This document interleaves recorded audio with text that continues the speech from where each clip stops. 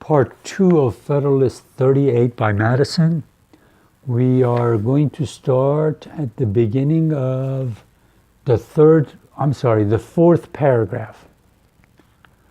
Whence could it have proceeded that a people, jealous as the Greeks were of their liberty, should so far abandon the rules of caution as to place their destiny in the hands of a single citizen?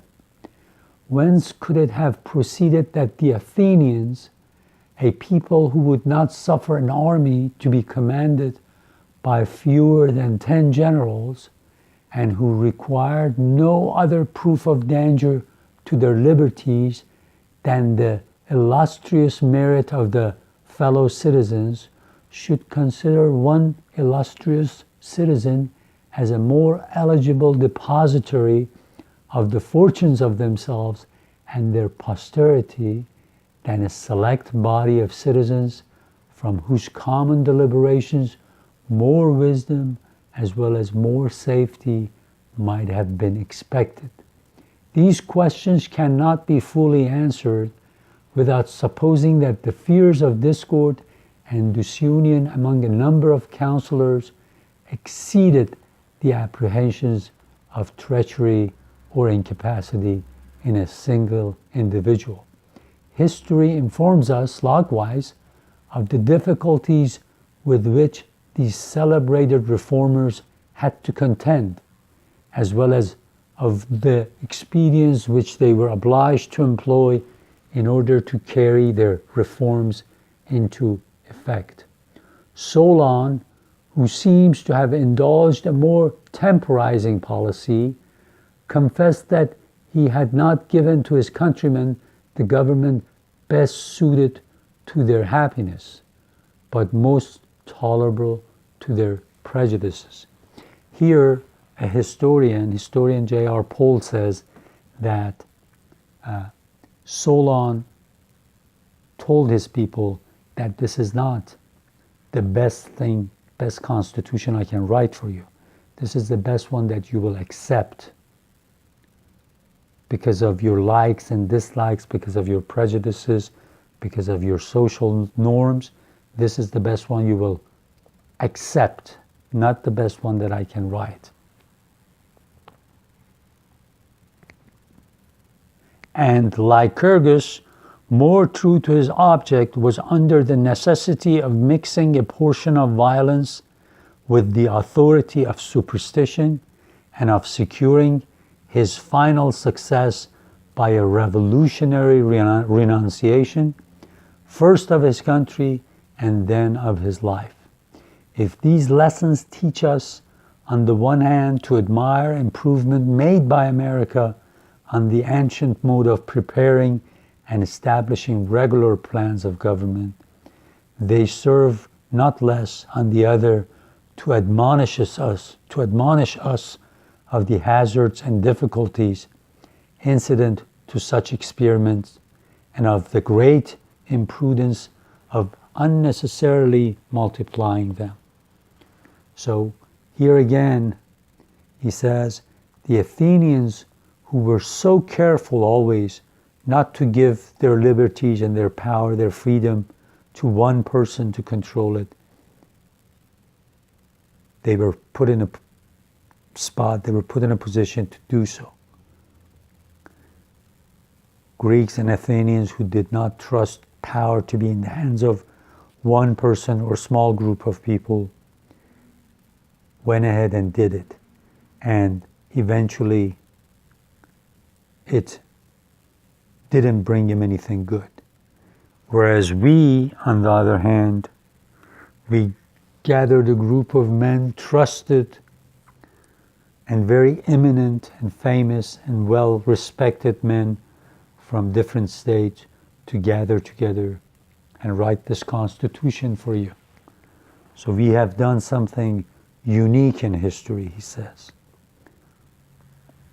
The next paragraph, it is an unreasonable conjecture that errors which may be contained in the plan of the convention are such as have resulted rather from the defect of antecedent experience on this complicated and difficult subject than from a want of accuracy or care in the investigation of it, and consequently such as will not be ascertained until an actual trial shall have pointed them out. This conjecture is rendered probable not only by many considerations of a general nature, but by the particular case of the Articles of Confederation.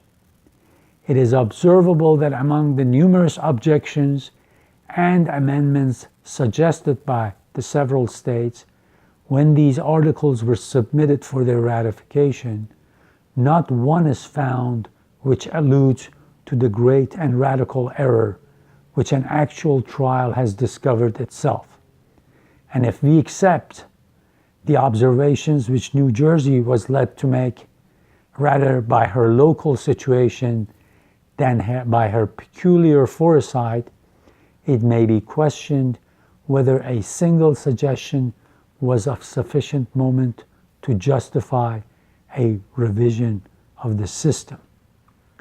There is abundant reason, nevertheless, to suppose that immaterial as these objections were, they would have been adhered to with a very dangerous inflexibility in some states, had not a zeal for their opinions and supposed interests been stifled by the more powerful sentiment of self-preservation. One state, we may remember, persisted for several years in refusing her concurrence, although the enemy remained the whole period at our gates, or rather in the very bowels of our country. Nor was her pliancy in the end effected by a lesser motive than the fear of being chargeable with protracting the public calamities and endangering the event of the contest. Every candid reader will make the proper reflection on these important facts. So he says, look at the past 11 years, ever since we declared independence, and look at from the time that we wrote the Articles of the Confederation till 1781, which it finally got ratified. It says, all the suggestions, all the amendments that they gave us to approve for our first Constitution, for the Articles of Confederation, none of them was ever dealt with seriously. The other states will not deal with them seriously. He says the state that stayed outside of the first Confederation, he's referring to the state of Maryland, because Maryland did not ratify the Articles of Confederation until 1781, because it wanted to make sure that all the states will give their lands that was not settled, would let Congress take charge of all those lands. Maryland wouldn't join the first Confederation till Virginia had given up some of his claim to some of the lands and some of these other states. So he says, look, we have this past experience to see how states work against their own benefit, work against what is best for them. They think of their short-term interest. And now, if you listen to all our opponents, all the people who criticize us for this new Constitution, all of them who are talking about amendments to the Constitution, Bill of Rights, this and that, they really don't know what they're talking about. They really haven't studied this past Confederacy that we've been living under. Even though, now this is me talking, this is not this paragraph, even though we really have to thank the anti-federalists for bringing up the issue of Bill of Rights on and on and on, because eventually they forced these founders to write the first 10 amendments or Bill of Rights to the Constitution in the first Congress of the United States. When they got together in the first Congress of the United States in 1789, that was the very first thing they did. So by 1791, the Bill of Rights was ratified all around. So we have this to thank to anti-federalists, because even though they made some crazy charges and some of their criticism were not right, but them wanting a Bill of Rights is very important, and they were the ones that kept on asking for it.